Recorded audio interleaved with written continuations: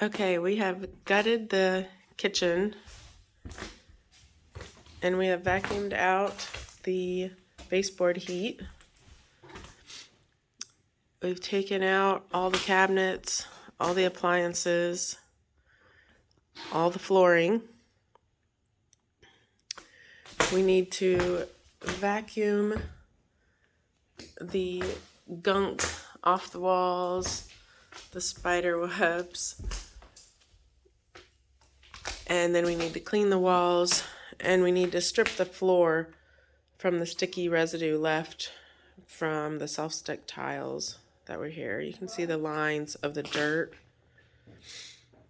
And today we're going to pull out the ceiling tiles and later replace them with something else. They don't match and they might have pet droppings up there. We'll find out. They're pest droppings, not pet droppings, pest. There were lots of pest droppings under the cabinets. All right, I can't wait to get to the after.